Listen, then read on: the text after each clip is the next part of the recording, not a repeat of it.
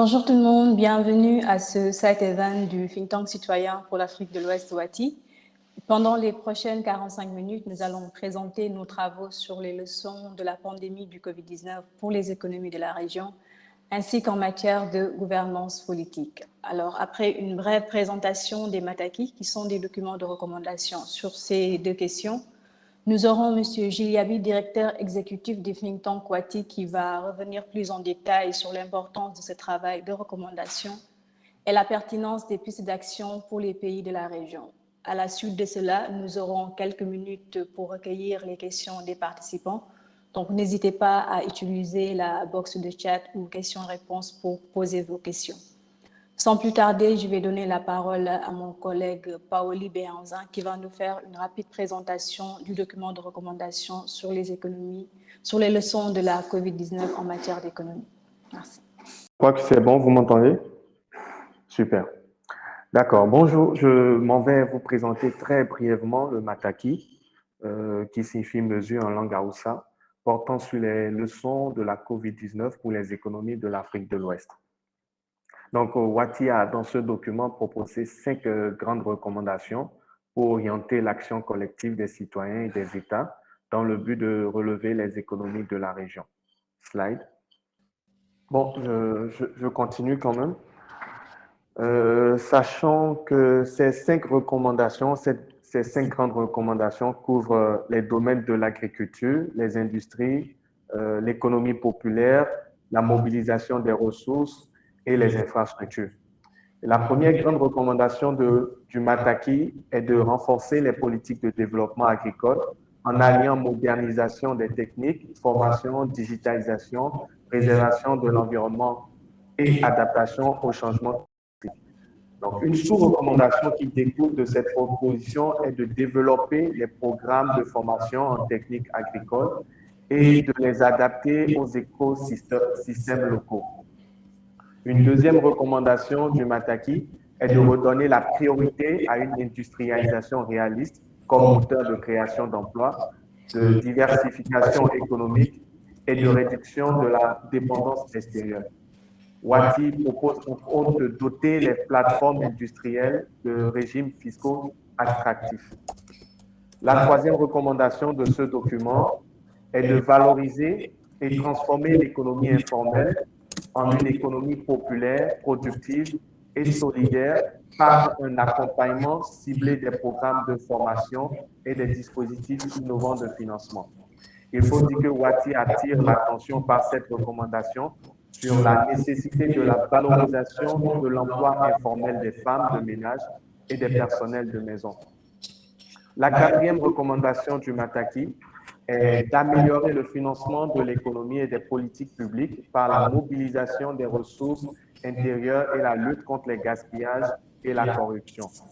Cela passe par l'identification des sources potentielles d'impôts peu mobilisées, notamment les taxes foncières et environnementales. La dernière recommandation, la cinquième, du Mataki est d'améliorer la quantité et la qualité des infrastructures numériques, énergétiques et de transport et d'engager les citoyens dans le débat sur les choix des priorités d'investissement et le contrôle de l'action publique. Donc, nous insistons par cette recommandation sur la nécessité de relancer les projets ferroviaires nationaux et régionaux. Donc, ce sera tout pour cette brève présentation. Je m'en vais passer la parole à Mariam pour la suite. Merci. Merci beaucoup, Paoli, pour cette présentation. Alors, je vais rapidement passer à Pathé qui va nous faire la présentation sur les recommandations en matière de gouvernance politique. Oui, Pathé, c'est bon, tu peux y aller. Ok. D'accord. Merci, Paoli, merci, Mariam, pour la présentation. Donc, je me nomme Pathé, chargé de recherche à Wati. Par rapport au Mataki sur la gouvernance, pour revenir très vite sur le contexte, la crise de la COVID-19 a permis de réaffirmer le rôle central de l'État pour faire face aux urgences. La seule entité à même de coordonner la lutte, de prendre l'initiative et de fixer la stratégie afin de mobiliser les ressources nécessaires. Alors, qui dit État fait référence naturellement aux institutions qui l'incarnent. C'est la raison pour laquelle cette publication a un fort ancrage dans le Mataki sur les réformes politique et institutionnelle publié en 2018 et qui propose des recommandations sur la nature, l'organisation et le fonctionnement des institutions politiques pour le bien-être collectif présent et futur des populations. Alors, pour la première piste, nous avons 5 pistes de recommandations qui concernent la dépolitisation de l'administration publique, ensuite la participation citoyenne, troisièmement, nous avons parlé de la protection des droits fondamentaux, ensuite le maintien des dispositifs institutionnels de transparence et enfin la collaboration avec les chercheurs. Pour la première piste, durant les périodes de crise, les institutions publiques ne sont pas exemptes de la nécessité de faire de bonnes performances. Elles doivent aussi rester accessibles. C'est pourquoi nous avons souligné sur cette première piste la nécessité de dépolitiser l'administration publique et d'améliorer la participation citoyenne à travers l'instauration du principe d'audience publique et de vote de confirmation et la création d'une commission du service public chargée de veiller au respect des principes fondamentaux du service public. L'État doit s'affirmer en période de à travers un service public qui a du répondant. Autrement, il donnerait l'impression d'être la première victime sous assistance respiratoire. Ensuite, pour la deuxième recommandation, il est certes difficile de consulter les citoyens en cas d'urgence, mais leurs avis doivent compter en période de crise. Pour cela, une autorité indépendante pourrait être utile pour organiser la participation des citoyens au débat et à la détermination des orientations des politiques publiques en temps normal comme en période de crise. Pour la troisième recommandation, en cas d'urgence, il est normal que l'exécutif hérite de pouvoirs extraordinaires, mais le fait d'assurer au Parlement la continuité de son triple rôle de représentation, de législation et de contrôle durant les situations pourrait éviter les abus de pouvoir et garantir surtout le respect des droits humains dans l'éduction des restrictions et autres mesures de riposte. Ensuite, pour la quatrième recommandation, selon le dernier rapport d'Amnesty International sur l'indice de perception de la corruption, les pays d'Afrique de l'Ouest sont toujours dans la zone rouge, à part le Cap-Vert. Donc, c'est-à-dire tous les pays de l'Afrique de l'Ouest ont moins de 50 points sur 100. Les périodes de crise ne donnent aucun prétexte pour accepter les légèretés dans la gestion des ressources publiques. Donc, il faut maintenir les dispositifs institutionnels qui permettent de limiter les risques de mauvaise utilisation des ressources publiques, mais aussi renforcer les institutions dédiées au contrôle de l'utilisation des ressources publiques. Par exemple, au Sénégal, nous avons l'OFNAC, Office national de lutte contre la fraude et la corruption, ou encore l'ACRI, la Cour de répression de l'enrichissement illicite. Enfin, pour la dernière recommandation, vous aurez compris que le renforcement de la collégialité dans la prise de décision concernant les politiques publiques est un élément très important de ce Mataki. Pour cela, il est nécessaire de miser sur le dialogue, l'écoute, la consultation en permanence. Pour avoir des politiques justes et sur mesure, il faut avoir de bonnes informations et pour cela, il faut investir dans la recherche, l'innovation, la veille technologique, surtout sur la technologie. Dans ces périodes de crise, on a vu que certains pays comme la Corée du Sud ont pu organiser des élections transparentes. Des startups ont proposé des robots distributeurs de gel pour réduire le contact humain, etc. Donc voilà les principales pistes d'action proposées par Wati sur la gouvernance pour le meilleur système politique en Afrique de l'Ouest et pour corriger les failles qui existaient déjà et que la crise a permis d'agrandir. Je vous remercie. Merci beaucoup, Pathé, pour la présentation. Alors, on a eu un décalage un peu avec les différentes slides. On va voir si c'est possible de vous mettre le document de présentation dans la box de chat. Alors, je vais directement aller vers M. Giliabi, qui est le directeur exécutif du think tank Wati, qui a un peu coordonné le travail sur ces différentes recommandations. Je vais vous poser, M. Yabi, 2 questions principalement. La première, c'est parmi les 5 grandes pistes d'action qui sont proposées dans le Mataki sur les leçons économiques, il y en a une sur la transformation de l'économie informelle en une économie populaire, productive et solidaire et une attention spécifique qui est portée sur l'emploi informel des femmes de ménage et des personnels de maison. Selon vous, pourquoi est-ce que cette question-là est importante aujourd'hui? Merci Marielle. Alors, merci à toutes et à tous. Merci de nous suivre. Je crois qu'avant peut-être de répondre juste à cette question, je voudrais souligner et rappeler peut-être à toutes celles et à tous ceux qui nous suivent que notre travail a aussi consisté à publier un document sur les leçons en termes de réforme des systèmes de santé, mais nous l'avions fait avant la crise sanitaire de Covid, et c'est pour ça que nous avons choisi de présenter essentiellement les leçons pour l'économie et les leçons pour la gouvernance politique, sachant qu'on prépare également 2 autres documents sur l'éducation et sur l'intégration africaine. Quelles leçons on tire de cette crise sanitaire? Je crois que la question sur l'économie informelle, elle est centrale pour nous parce que d'une part, c'est en réalité ce qu'un ami appelle la primo-économie, c'est-à-dire que l'économie informelle, c'est l'économie dominante dans les pays d'Afrique de l'Ouest et même au-delà en Afrique. Lorsqu'on regarde les chiffres, l'économie informelle représente partout plus de la moitié de la production économique nationale.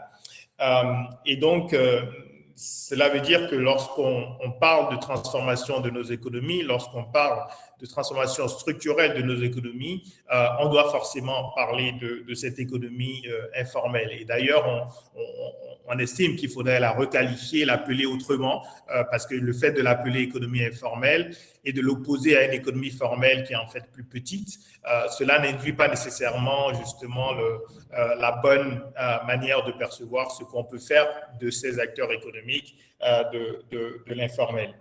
On a choisi de mettre l'accent sur cette recommandation, parmi d'autres. Je crois que les autres sont toutes importantes sur l'industrie, l'agriculture, les réformes fiscales, etc. Mais sur la question de l'économie populaire et de l'emploi informel, on a là une clé qui n'est pas suffisamment utilisée par les États de la région.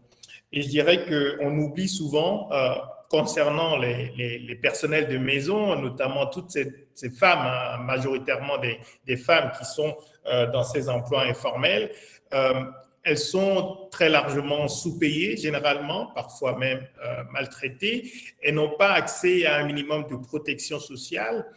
Et pour nous, c'est une recommandation qui est à la fois économique, mais qui induit une autre manière de voir finalement la finalité de l'économie.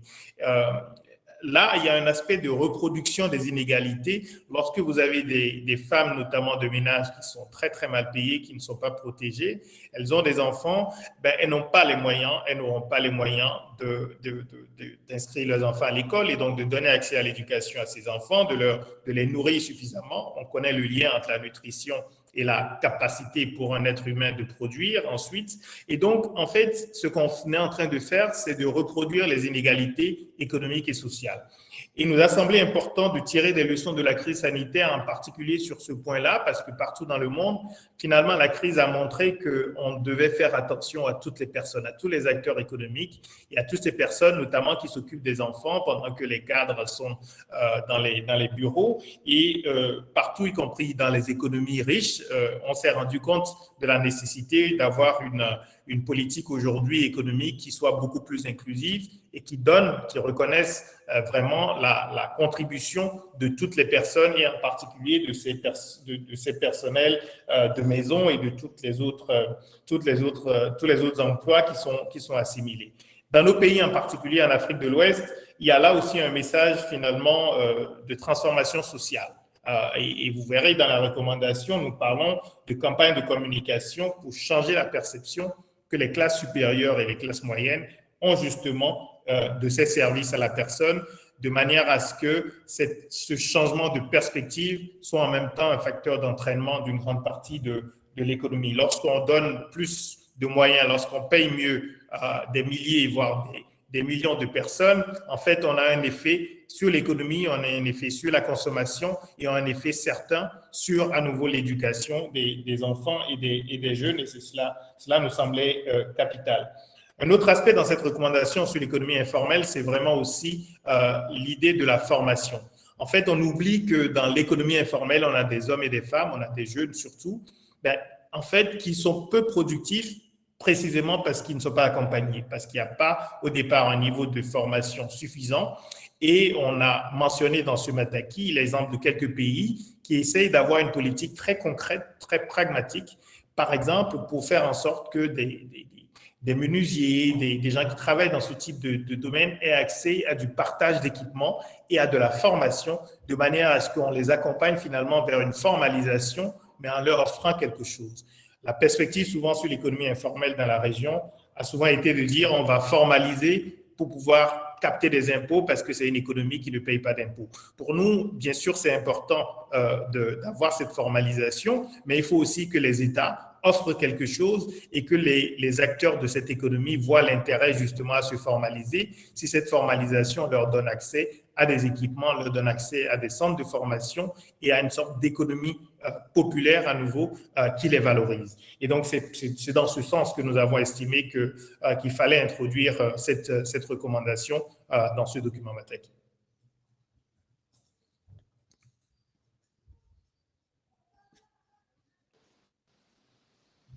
Merci beaucoup, Gilles, pour cette réponse qui est très complète et qui répond justement à savoir pourquoi est-ce important de prendre parmi les recommandations cette question qui est liée au secteur informel et le travail que font les femmes de ménage. Pour la deuxième question, c'est par rapport au Mataki sur les leçons de la COVID en matière de gouvernance. On a vu qu'il y avait une attention particulière qui était portée à la dépolitisation des administrations publiques, à la sélection des personnes qui occupent les plus hautes fonctions dans les États et à la participation des citoyens à l'élaboration des politiques publiques. Selon vous, en quoi ces propositions peuvent-elles aussi constituer une réponse à la désillusion démocratique dans la région, bien au-delà de la réponse à la crise sanitaire? Merci, Mariam.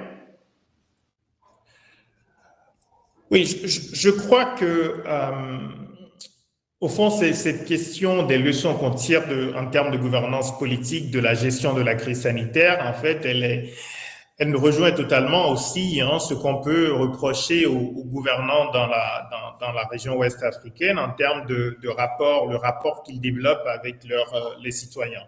Et donc, il ne s'agit pas simplement de recommandations valables dans le cas de gestion de crise sanitaire, mais pour nous, il s'agit aussi de recommandations qui, finalement, pointent vers des réformes institutionnelles profondes. Et je crois qu'aujourd'hui, plus que jamais, on a besoin de refonder justement la démocratie dans les pays de la région et de l'interpréter principalement en termes de changement du rapport entre les gens qui gouvernent et les gens qui sont gouvernés, entre les gouvernants et les gouvernés. Ça veut dire se mettre au service des gouvernés. Et donc, dans ces recommandations de ce Mataki, nous avons mis l'accent d'abord sur, je dirais, la neutralité politique des administrations. La question de la politisation des administrations publiques, elle est centrale en Afrique de l'Ouest. Et je crois que beaucoup de citoyens ont des exemples très précis qui montrent que beaucoup d'acteurs qui sont des cadres publics sont à leur poste essentiellement pour des raisons politiques. Je crois qu'il ne s'agit pas de nier la nécessité d'avoir des fonctions politiques, mais l'idée, c'est qu'il faut une sorte de lisibilité entre les fonctions qui sont des fonctions politiques et les fonctions qui relèvent de l'administration publique et qui doivent vraiment être marquées par la neutralité. Et c'est vrai que dans les recommandations que nous avons faites de ce point de vue, elles pointent sur la nécessité vraiment de travailler à cette neutralité politique des administrations, ce qui permet de remettre de la confiance entre les gouvernants et les gouvernés. La question de la sélection aux plus hautes fonctions publiques, civiles comme militaires, elle nous semble aussi être extrêmement importante. En réponse à la crise sanitaire, comme en réponse à une crise économique ou à une crise sécuritaire, on a besoin d'avoir des personnes qui prennent des décisions qui soient les plus qualifiées possibles, qui soient vraiment, disons, qui soient dans leur place, on va dire. C'est un peu l'idée de l'homme et de la femme qu'il faut, à la place qu'il faut. Et pour nous, il s'agit de réfléchir à ça de manière structurelle. Et ce que nous proposons, c'est que un chef d'État, même s'il est élu démocratiquement, qui ait quand même un mécanisme de filtre, de sélection qui permet d'avoir, disons, de réduire le risque qu'on ait dans des positions clés dans nos pays sur le plan politique, mais aussi à nouveau sur le plan de la haute hiérarchie civile et militaire. Il faut qu'on ait des filtres qui permettent d'avoir des personnes qui soient quand même outillées pour utiliser ces fonctions. Et c'est vrai que pour occuper ces fonctions. Et c'est pour ça qu'on plaide depuis de nombreuses années pour qu'on réfléchisse à avoir des systèmes au moins d'audition pour que le chef d'État fasse des propositions, mais qu'on ait un système qui permet aux personnes de prouver d'une certaine manière qu'elles ont une certaine expérience avant d'exercer un certain nombre de fonctions. Mais derrière ces propositions, il y a vraiment le signal qui est le plus important, c'est de passer d'une forme de démocratie où on met l'accent sur le choix des gouvernants par l'élection à une démocratie où on met l'accent sur la participation des citoyens et sur le changement du rapport, je dirais quasiment au quotidien entre les gouvernants et les gouvernés. Ce que la crise sanitaire montre, c'est que ce degré de confiance entre ceux qui ont le pouvoir et les citoyens, il est absolument décisif, il est marquant, il est fondamental pour que les injonctions ou les recommandations... Oui, la question de la lutte contre les flux financiers illicites, elle est aussi fondamentale. Elle est aussi alliée, je dirais, de manière plus générale, à la question de la mobilisation des ressources. On sait aussi que le fléau de la corruption pèse très, très lourdement sur les économies de la région et sur l'ensemble de la société. Parce que lorsqu'on manque de ressources publiques, ça veut dire qu'on on peut pas améliorer les politiques éducatives, on peut pas améliorer les politiques de santé, on peut pas aussi renforcer nos systèmes de sécurité dans une région qui est aujourd'hui en proie à une crise sécuritaire grave. Donc, la question de la mobilisation des ressources intérieures, elle est fondamentale. Et on sait aussi que plus on dépend de ressources extérieures, plus évidemment on est vulnérable, puisqu'on n'a pas de prise sur ces ressources extérieures qui, dans beaucoup de pays de la région, représentent quand même une part significative des budgets nationaux. Mais par rapport aux flux financiers illicites, je crois que c'est typiquement le type de questions sur lesquelles on a besoin d'une réponse africaine et d'une réponse internationale. Parce qu'en réalité, pour lutter contre ces flux financiers illicites, il faut absolument mobiliser les autres États et en particulier les États qui sont les destinataires de ces fonds. Il y a beaucoup d'organisations de la société civile qui travaillent spécifiquement sur les flux financiers illicites et nous, notre rôle, en tout cas celui qu'on se donne au niveau de Wati, c'est d'alimenter le débat public sur toutes ces questions en faisant intervenir justement aussi des organisations de la société civile qui travaillent sur des domaines précis. Nous sommes un think tank généraliste. On essaie vraiment d'encourager la participation des citoyens et au débat public et de faire en sorte qu'on mette davantage l'accent sur la connaissance. Peut-être également un point qui ramène un peu à l'une des questions, Mariam, que tu as déjà posée, c'est l'écoute aussi des scientifiques.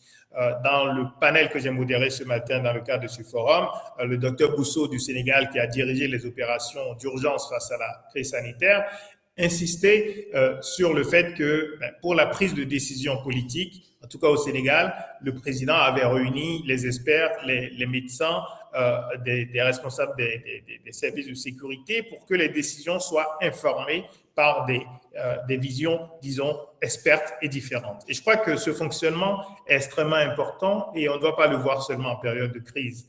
Et ce que nous recommandons, c'est aussi cette écoute des scientifiques, des experts dans tous les domaines et qu'on essaie de structurer cela de manière à ce que ce soit quelque chose d'institutionnalisé pour qu'on puisse mobiliser finalement l'intelligence collective de nos sociétés pour faire face aux défis immédiats, mais aussi aux défis plus structurels qui sont extrêmement nombreux dans la région.